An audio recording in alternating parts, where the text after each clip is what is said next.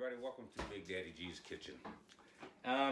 Today I'm going to do what I usually do on January 1st, which is the Haagen-Dazs dinner.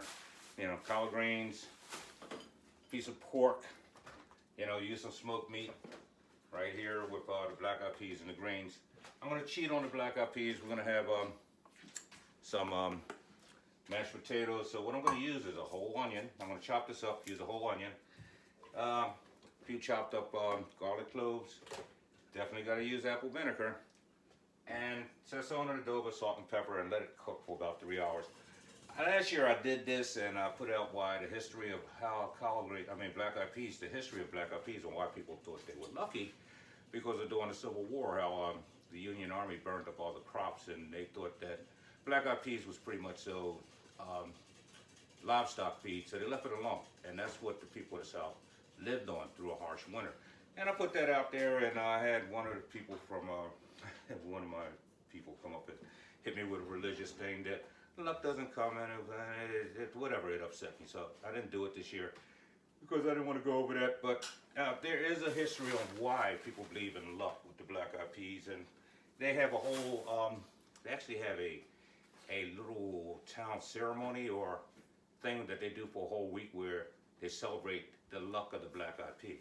So, if there's such thing as luck, I don't know, but there are a lot of people that believe in it. So that's what that whole thing is, and that's why people do it every year, and this is why it's tradition, has been a tradition in my family since I was a child, and I kind of felt lost without it. So we're gonna do this.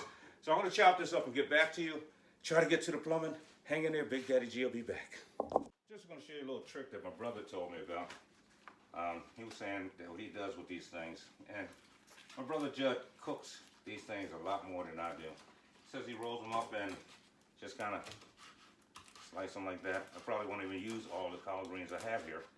I know I'm not putting the stems in there. I'm just going to use the leaves. So I'm going to chop them up like that, little pieces. Get down to here. When I get down to this hard part, like right here, then I'm going to pretty much so let that go. Maybe cut the leaf off and clean that around and chop that up a little. Because who really cares about that part there? So we're going to chop that up, and like I said, I'm going to put that in there with a whole onion and other stuff and let it cook. So get back to you. All right, got Big Daddy G thing going on. Can't have a hot nut dinner without the cornbread. Add extra can of black eyed peas to that. Let me turn that down a little. Got the pork burning up in that. The greens are coming along okay. Like I said, I changed this because of somebody in their religious views, and I can't understand that Facebook, when I'm on there, is with a lot of different people with different things, and it's not a religious platform. And this is something that's been in my family since I was a child, and I'm not going to change this tradition. So next year I'll be doing this on January 1st, bringing the luck of 2021. Okay, get back to you. Okay, everybody, I'm back with the Haagen-Dazs dinner. What we have here is the black eyed peas. I don't know if you can see this, but they really came out good. And then the collard greens. Let them cook for a while with various seasons. That came out good. So what I'm going to do now, I'm making a cornbread. And if anybody ever used this stuff, Jiffy corn muffin mix, this stuff right here, it calls for 1 egg and 1/3 cup of milk. What I do with that, to make mine a little bit different, I add 2 tablespoons full of butter, and about a tablespoonful of sugar. And then I'll add that 1/3 cup of milk. And lucky enough, I found my little whiskey thing to whisk it together.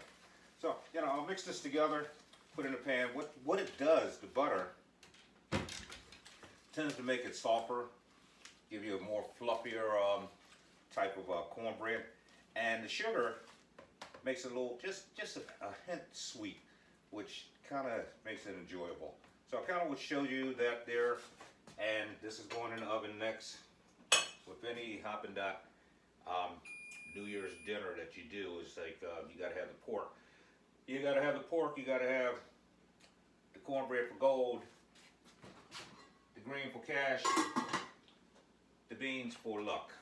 So, I got it all. I'm gonna let Wonder Woman cook that up. I'm gonna throw that in the oven in a minute. I'm gonna make this up. So that'll be dinner. I might finish up the video by showing you guys the way it all came out. But this is my late Happy New Year's. Happy 2020. 25 days later.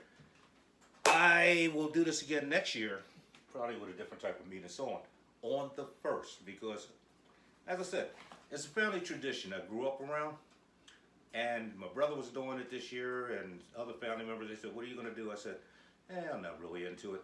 And, you know, that was only because I allowed somebody else to affect my thoughts and with their beliefs. And I choose not to do this. This is a family tradition. It will go on.